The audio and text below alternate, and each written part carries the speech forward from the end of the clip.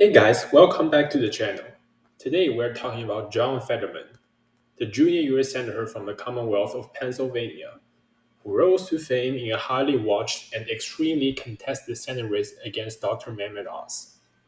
Once upon a time, Fetterman was beloved by the online left. There's a lot of stuff to like about Fetterman. You know, he's a workers kind of Democrat.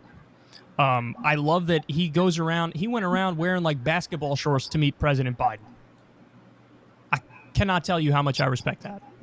Recently, they have been relentlessly attacking him for betraying the progressive movement.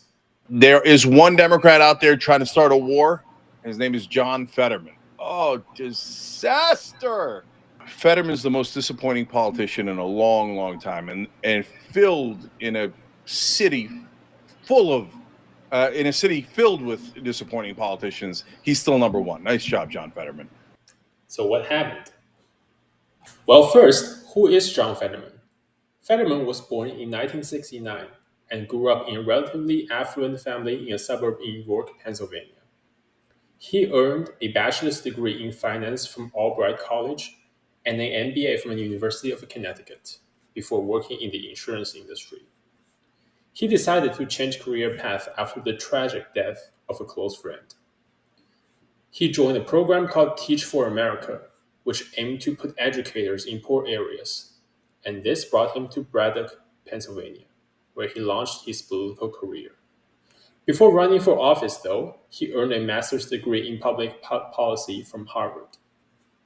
After that, he went back to Braddock and launched a program called Braddock Redux, which aimed to revitalize the community by providing job training, affordable housing, and educational programs. In 2005, Fetterman ran for mayor of Braddock, winning by just one vote.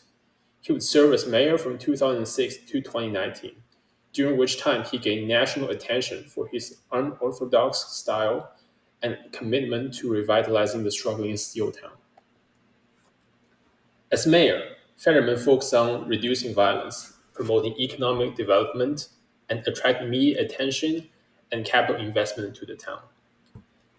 The effects, though, did not seem too promising to say at least, as the town continued to decline in population. In 2018, Fetterman won the position of Lieutenant Governor of Pennsylvania. During his time in office, he led efforts on criminal justice reform, notably advocating for weed legalization and reforms to the state's parole and pardon system. In 2022, Fetterman ran for U.S. Senate and narrowly defeated Dr. Oz in a closely contested race. I'm running to serve Pennsylvania. He's running to use Pennsylvania. And let's also talk about the elephant in the room. I had a stroke. He's never let me forget that. And I might miss some words during this debate, mush two words together, but it knocked me down, but I'm going to keep coming back up. I'm running for the U.S. Senate because Washington keeps getting it wrong with extreme positions. John Fetterman takes everything to an extreme, and those extreme positions hurt us all. This is John Fetterman, a baby boomer born into an affluent suburban family who went on to become a successful politician. Nothing special about him, right? Well, the making of a politician, especially one who commands such national attention like John Fetterman did, is just like the making of a celebrity. One must have a specialty to his or her name. For Fetterman, his specialty cannot be found in his biography, but rather obviously, it is in his aesthetics. Fetterman stands out at first sight due to his height and his broad muscular build. His imposing physique makes him easily recognizable. The guy has a completely shaved head, which adds to this kind of rugged, no nonsense look. He often sports a goatee, further building to his tough working class aesthetic. And unlike most politicians who wear suits, Fetterman is often seen wearing work shirts or hoodies, particularly the Carhartt brand, which is known for its association with blue collar workers. He frequently dresses casually, even in formal settings, projecting a down to earth image. And lastly, Fetterman has prominent tattoos on both of his forearms.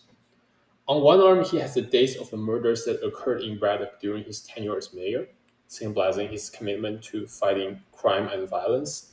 And on the other arm, he had 15104, which is Braddock's zip code, representing his deep connection to that town. Overall, a tall, burly guy with a goatee and a shaved head who wears hoodies and has tattoos. One with a working class populist image, which sets him apart from the more polished, professional looking of most politicians. Do you smell something fishy? Well, we've already gone over his biography. By any standard, Fetterman is a tried and true member of the American elite, a guy with 3 degrees up his sleeves and having worked in the insurance industry. His image is cool, it's smart, it's strategic, but also quite deliberate. Fetterman's well-designed image attracted lots of media coverage, which propelled him to becoming a senatorial candidate and ultimately winning the race. This is both true for the mainstream media and the online media. If there's something that unites them, it is sensationalism. All media personalities love remarkable things. Well, the mainstream media coverage of Fetterman was rather mixed.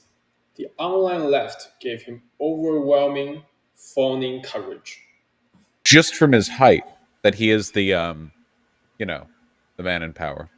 Big guy energy. Yeah, very much so. Honest to God, I feel like people talk a lot about his height, but not enough about his face.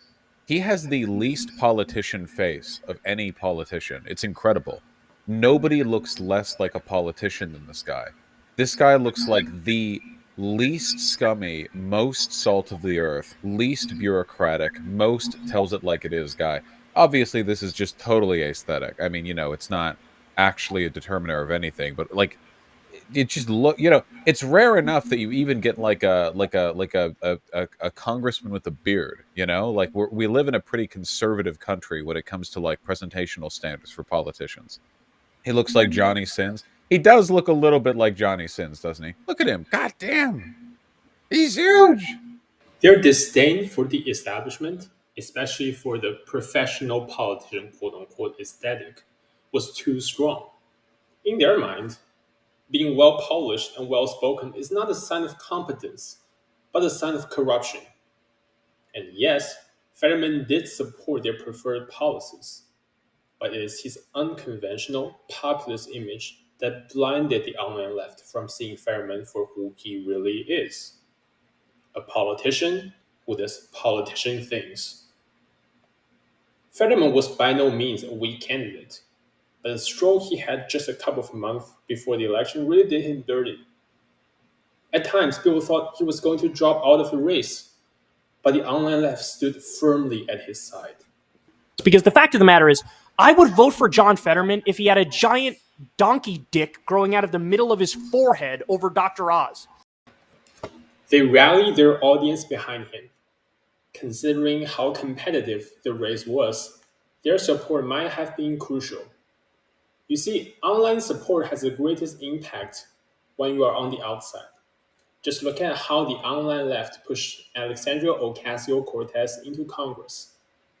Fetterman, although not an outsider entirely, his campaign certainly made a move to appeal to the online left, and that strategy paid off. However, when you get inside the house, your online support becomes a drag. Just also look at AOC with the forced vote debacle. And this is to keep you from healthcare. That's what this is. This is to keep you from healthcare because she's a gutless wonder who will not do what she promised. And you don't get her to do what you want her to do by being fucking nice to her. You get her to do what she's supposed to do by ripping her to shreds, which is what I'm doing right fucking now because she has it coming. And it's not just her. They all do. She's the only one engaging on Twitter, which is why she's getting it. What it takes is courage from gutless wonders like you, AOC, you fucking phony. And you're revealing yourself. And I I am just writing it down. Because the online left has impossible standards for politicians. Eventually, they will excommunicate everyone, and Fetterman is no exception. For him, the issue of the disagreement was the Israel Palestine conflict. About a ceasefire. We must support Israel in their efforts to eliminate the Hamas terrorists who slaughtered innocent men, women, and children. Hamas does not want peace, they want to destroy Israel. We can talk about a ceasefire after Hamas is neutralized. What insanity. So, this guy's totally useless. Senator Netanyahu, Fetterman called and would like his body back. What is this? There's not one iota of caring about Palestinian lives. Any Republican could have said that. Any corporate Democrat could have said that. I mean, that sounds like almost all of his quotes sound like they're identical to Netanyahu and his far right-wing government in Israel. What part of this is progressive? Fetterman, please go away. But unlike AOC, who continued to identify as a leftist, Fetterman immediately began to distance himself from that label after being attacked for supporting Israel. He even said having the stroke made him more conservative. Through that, he has not only picked up more favorability from the mainstream media, but even some love from conservatives. Joining me now on the red carpet, the best dressed senator at tonight's party, Pennsylvania's own John Fetterman, my man. Yeah, that's it. Dude, you deserve a fashion line for this, no? Has he always been like this? Has he always been independent? Has he never been someone interested in remaining at the cool kids table of the Progressive Caucus? What's going on with John Fetterman? What's fascinating is he said he was a progressive his whole career. You can look at the tweets. I'm the most progressive candidate in this race. I love Bernie Sanders. And now all of a sudden, he doesn't want to know from progressives. And he would say, I didn't change. The background changed. Based on everything else I learned about Fetterman, he made a strategic choice to abandon the online left. He basically treated them as the external fuel tank of a space shuttle. He used their support as fuel to propel him until the fuel ran out, and then he ejected them for a big final push. I think John Fetterman has solved the puzzle that is how a Democratic politician can make the most use of the online left. And his ambition may not stop at being a senator. We'll see about that. Thank you for watching. Remember to like, comment, and subscribe if you enjoyed the video.